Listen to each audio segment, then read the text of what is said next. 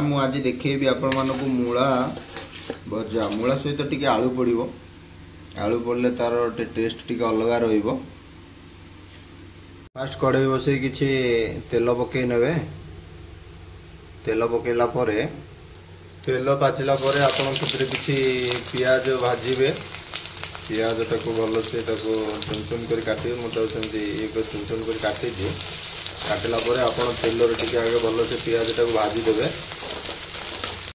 पियाज भाजी गला परे आपण ସେଥିରେ जो मूला सब काटी थिबे मूला को छाड़ी देबे। मूला सहित आलू भी दे देबे।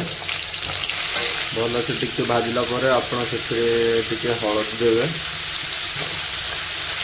हळदी पर आपण देखिए देवे जीरा गुंड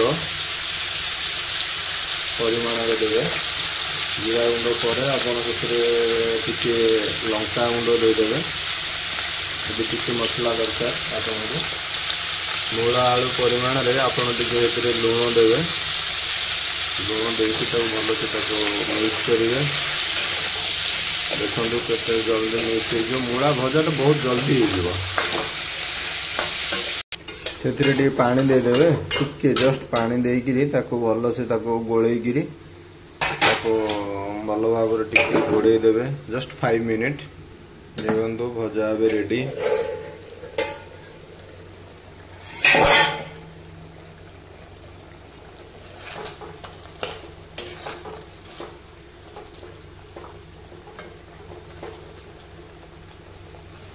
देखो मूला आलू मसला कही पार मूला आलू भजा भी कही पार।